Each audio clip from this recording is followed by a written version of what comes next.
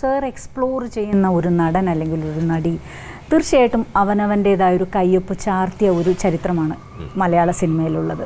പ്രത്യേകിച്ച് പറയുകയാണെങ്കിൽ Kalabhavan Mani sir explore ചെയ്ത അത്രയും ആ ഒരു നടൻ ജയസൂര്യ ഒരുപാട് പേര്. ഇപ്പം എന്നാലും മണിയേട്ടൻ്റെ ഒരു സാന്നിധ്യം മലയാളികൾക്ക് ഒരു എന്താ പറയണ്ട ഒരു ശീലമാക്കി മാറ്റി.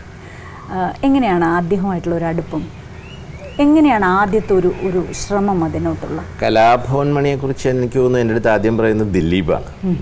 സല്ലാപത്തിന് ശേഷം അതിനകത്ത് ഒരു ചിത്തുകാരൻ നന്നായിട്ട് അയാൾ ചെയ്തു. രണ്ടാമത് അയാൾക്കൊരു മുഴുനീള ഹാസ്യ കഥാപാത്രമെന്ന് മണിക്ക് കൊടുക്കുന്നത് കല്യാണ സൗഗന്ധ്യത്തിൽ. കല്യാണ സൗഗന്ധ്യത്തിൽ ഒരു ദിവ്യ ഉണ്ണിയെ ഇൻട്രൊഡ്യൂസ് ചെയ്ത ചിത്രം.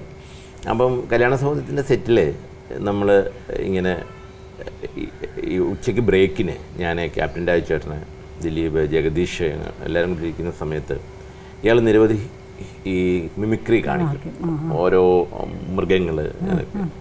അങ്ങനെ ചെയ്ത സമയത്താണ് ഇടയ്ക്ക് പറഞ്ഞു, സാർ ഞാനൊരു അന്ധൻ റോഡ് മുറിച്ച് കിടക്കുന്നതെന്ന് സാറിനെ കാണിക്കാൻ പറഞ്ഞു. നമ്മൾ കാണിക്കാൻ പറഞ്ഞു. അവിടെ കിടന്നൊരു വടി എടുത്തിട്ട് പുള്ളി അതാ കാണിച്ചു നമ്മളെ. അത് ഈ പടത്തിനകത്തുണ്ട് നമ്മൾ ആ സീനതൊക്കെ ചെയ്തു.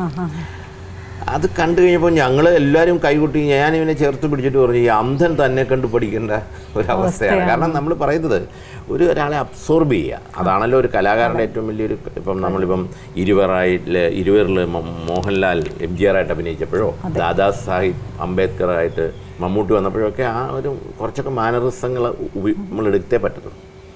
പക്ഷെ മണിയൊക്കെ ഇത് കാണിച്ചപ്പോൾ ഇവരൊക്കെ മിമിക്രി കലാകാരന്മാരും സ്റ്റേജ് ആർട്ടിസ്റ്റും ഒക്കെ വലിയ വിലയില്ലാത്തവരായതുകൊണ്ട് അത് മിമിക്രിയാണെന്ന് പറഞ്ഞ് തള്ളിക്കളയും. സത്യത്തിൽ അതല്ല, അതൊരു അസാധാരണ കഴിവാണ്. ഒരു മൃഗത്തെ അവതരിപ്പിക്കുക, അത് ഇമിറ്റേറ്റ് ചെയ്യുക. ഈ അന്ധനെ അവതരിപ്പിച്ചിട്ട് നമുക്കെന്താണ്, നമ്മളിപ്പോൾ വാസന്തി ലക്ഷ്മിയെ കണ്ടു കഴിഞ്ഞ് ഇറങ്ങിപ്പോകുന്ന ജനം പൊട്ടിക്കരഞ്ഞുകൊണ്ടാണ് പോയത്.